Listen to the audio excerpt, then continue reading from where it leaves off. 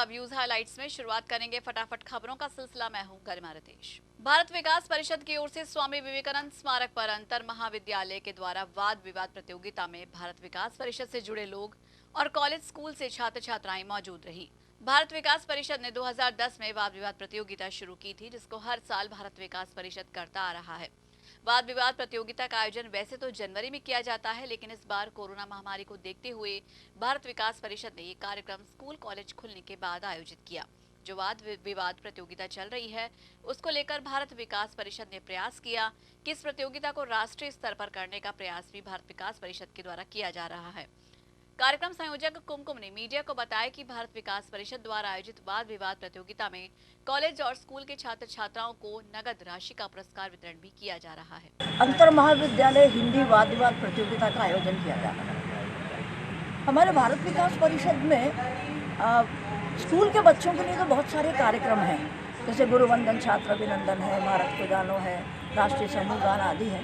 लेकिन युवा वर्ग के लिए हमारे परिषद में कार्यक्रम नहीं थे, तो अलवर शाखा से हमने 2010 में पहली बार अंतर महाविद्यालय हिंदी वाद विवाद प्रतियोगिता का आयोजन किया, और जो प्रतिवर्ष हम करते आ रहे हैं। ये आयोजन हम वैसे जनवरी में करते हैं, 12 जनवरी को विवेकानंद जयंती के अवसर पर अभी दफ़े कोरोना काल के कारण ये संभव नहीं था। तो जब फरवरी में कॉलेजेस खुले तो फिर हमने 12 फरवरी को ही इस प्रतियोगिता का आयोजन किया। ये प्रतियोगिता जिस तरह से चल रही है उसके आधार पर हमने प्रयास किया और हम इसको प्रांतीय स्तर तक भी लाने में कामयाब हुए। 2015 से ये प्रांतीय लेवल पर भी चल रहा है, और गत वर्ष हम इसको रीजनल लेवल पर भी लाने में सफल हुए, और अलवर में हमने पहला रीजनल अंतर महाविद्यालय वाद विवाद प्रतियोगिता आयोजित की, और हमारी कोशिश यही है कि हम इसको राष्ट्रीय स्तर तक लेकर जाएं। क्या नाम है आपका? मैं डॉक्टर कुमकुम कपूर, मैं इस कार्यक्रम की संयोजक हूँ शुरू से ही। जब इसकी शुरुआत हुई थी तब से मैं संयोजक रही, फिर इसके बाद मैं प्रांतीय संयोजक भी रही और रीजन संयोजक भी। अभी गर्मी ने दस्तक भी नहीं दी है और पानी की समस्या माथे पर चढ़कर बोलने लगी है। शहर के गोपाल टाकीज में पिछले 2 सालों से पानी की समस्या निरंतर बनी हुई है। वहां की महिलाएं जलदाय विभाग पहुंची और अधिकारियों को पानी की समस्या से अवगत कराया। वहीं मीडिया से बातचीत में एक महिला का कहना था कि पिछले 2 सालों से पानी की समस्या बनी हुई है और हम लोग हर दूसरे दिन जलदाय विभाग आते हैं और ये अधिकारी झूठा आश्वासन दे देते हैं। एक बाल्टी पानी नहीं आवा और हर दूसरा तीसरे दिन यहाँ कोई हल नहीं करा हमारे।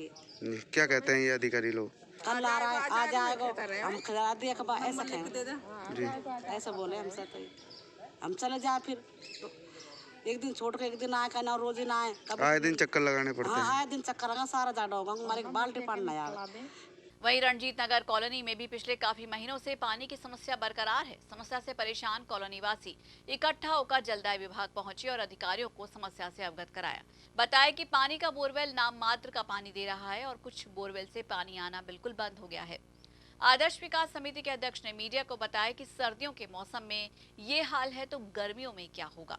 चीफ प्लानिंग ऑफिसर से रिटायर हूँ और रंजीत नगर ई ब्लॉक से संबंधित हूँ मैं। हमारे रणजीत नगर के ये भी 303 ब्लॉक हैं। तो पानी की प्रॉब्लम में आए दिन बनी रहती है, और ये आज की समस्या नहीं, समस्या लंबी समय चली आ रही है।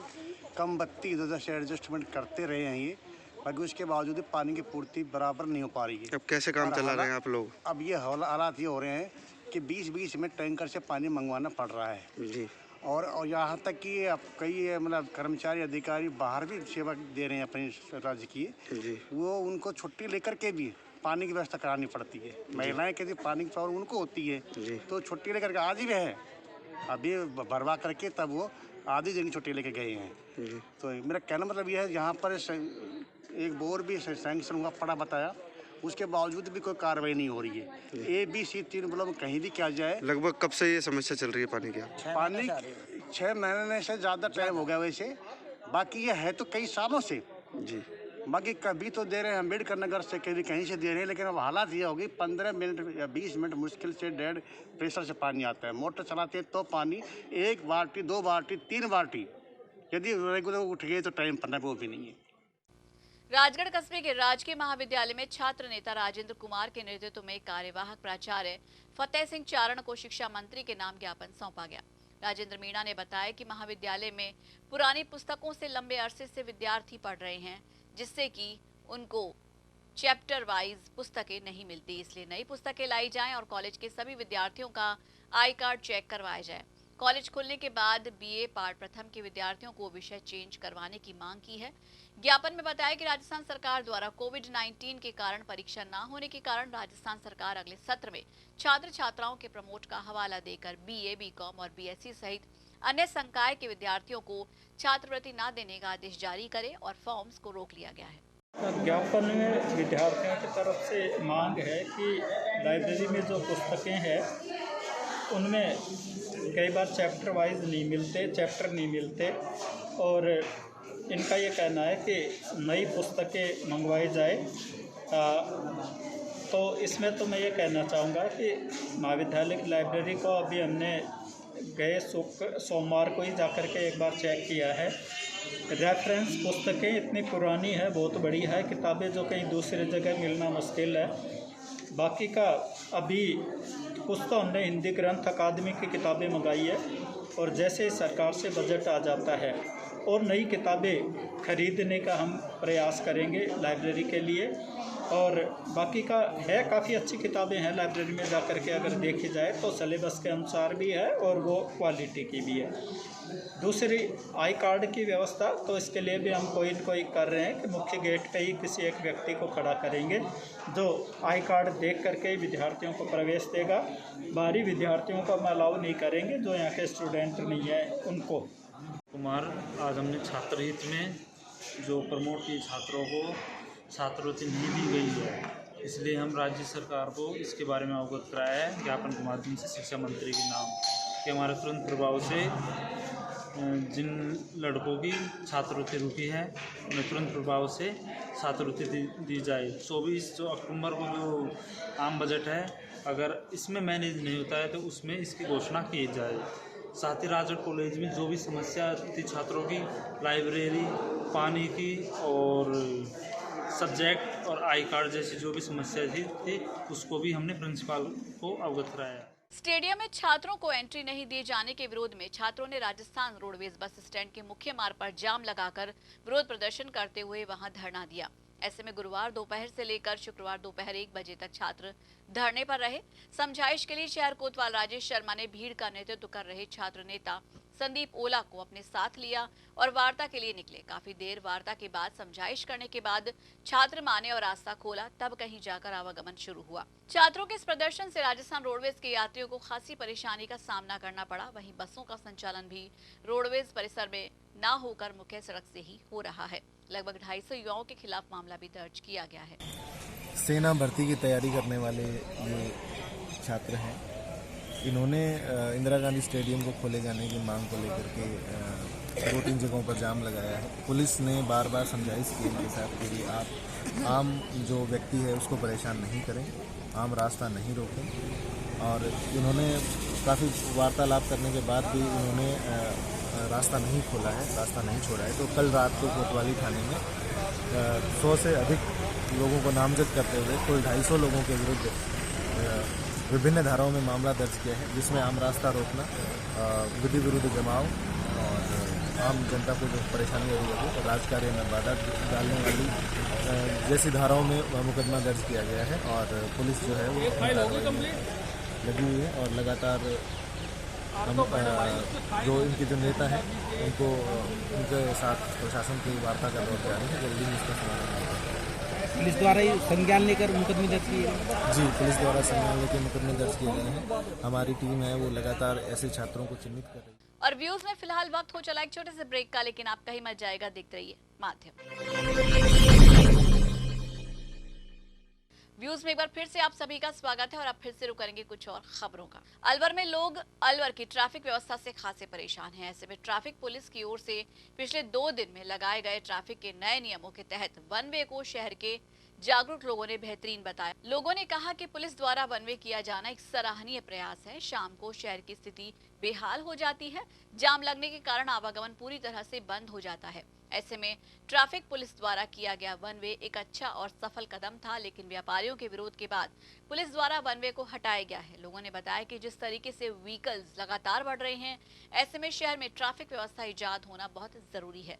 यातायात पुलिस द्वारा जारी किया गया वन वे बेहतरीन था, ऐसे में सड़क भी चौड़ी नजर आ रही थी, लेकिन अब फिर से अव्यवस्था का आलम है। अब जनहित में इसे दोबारा लागू किया जाए। के द्वारा जो ये वन वे का चलाया गया है, ये बहुत ही अच्छा है और मेरा पुलिस प्रशासन से यही आग्रह है कि इसको सुचारू रूप से जारी रखें, जिससे ट्रैफिक की समस्याएं भी हल होंगी और जो अतिक्रमण फैला हुआ है इसमें भी सुधार होगा।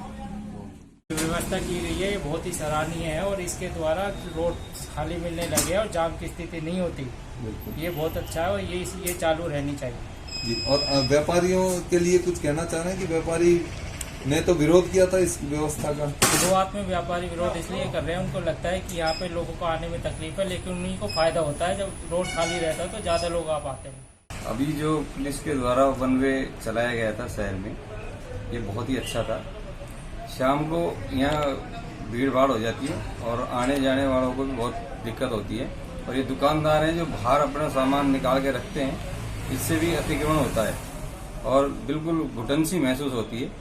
और जो बाहर से आदमी आते हैं वो अलवर को वैसे भी गंदा ही बोल के जाते हैं। ये जो वन वे पुलिस ने चलाया है बहुत अच्छा है।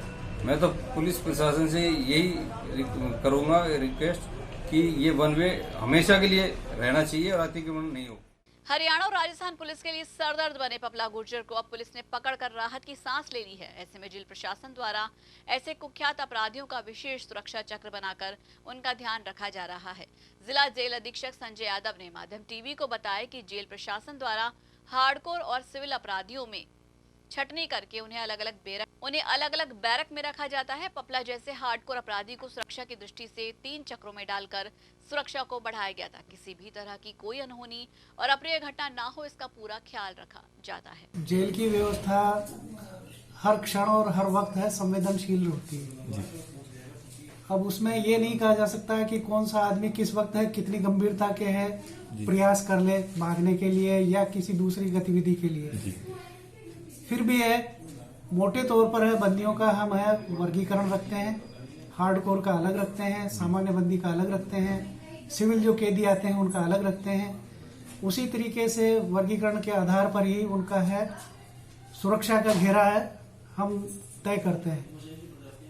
हार्डकोर और गैंगस्टर जो बंदी आते हैं उनके लिए हम विशेष व्यवस्था रखते हैं सुरक्षा के लिए। जैसे कि अभी है पपला को गिरफ्तार करके है जेल में निरुद्ध कराया गया था, तो उसका है सुरक्षा के 3 चक्र लगाए गए थे और सभी है हथियारों के साथ हमने है सुरक्षा घेरा है उसका बढ़ाया।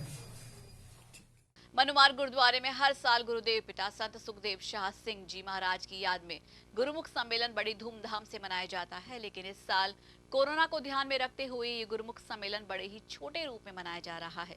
मीडिया प्रभारी बसंत गांधी ने बताया कि आज रामानंद मार्केट स्थित गुरुद्वारा सुखदाम साहिब जी का पाठ, रागी जत्था और शबद कीर्तन किया गया।